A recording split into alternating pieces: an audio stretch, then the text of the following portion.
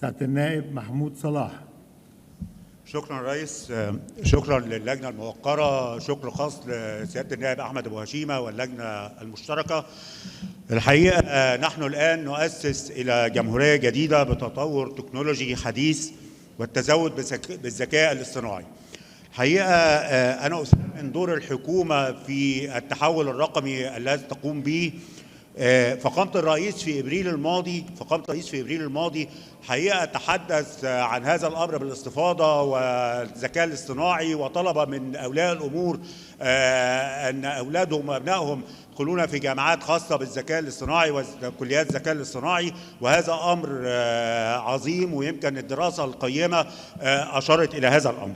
الحقيقه التوصيات جميعها جاءت متوافقه تماما مع رؤيه القياده السياسيه، ولكن يجب وضع استراتيجيه او وضع امر هام اخر، وهو التدخل التشريعي لحمايه المتعاملين بالذكاء الاصطناعي. هذا الامر هو امر خطير جدا، والحقيقه احنا عندنا ميزه اضافيه.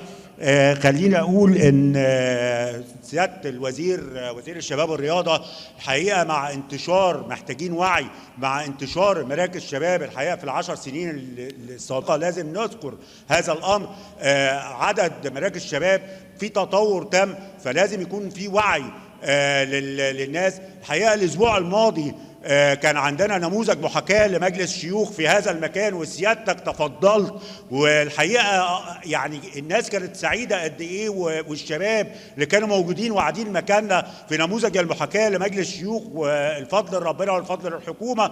والحقيقة سيادة الوزير أشرف صبحي كان حاضر في هذه الجلسة، ونموذج محاكاة مجلس الشيوخ أمر هام جدا وأمر عظيم. ولكن خليني في النهاية أقول إن احنا محتاجين التدخل.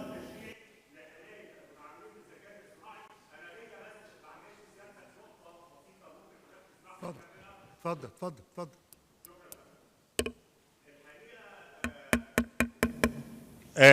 الحقيقه معالي الوزيره امبارح الدكتوره نيفين تحدثت امبارح على ان هي عندها توصيات.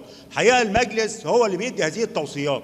طب احنا عندنا التوصيات دي لازم تنفذ. طب ما احنا عندنا سيادتك لجنه في وزاره العدل اسمها لجنه الاصلاح التشريعي. صحيح لجنه الاصلاح التشريعي كان المقرر ليها وزير المجالس النيابيه وراعت لوزاره العدل في يعني هذا الامر الحقيقه محتاج دراسه اخرى، لان لجنه الاصلاح التشريعي تستطيع ان هي تعدل بعض النصوص الخاصه بالمواد. وخلينا نقول ان هي من ضمن اختصاصاتها اللي هم ال8، هذكر بس 1 أو 2 منها.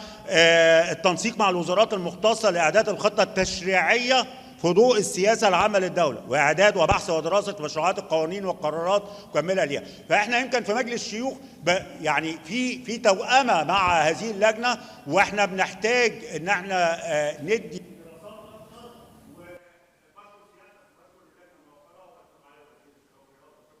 شكرا جزيلا سعادة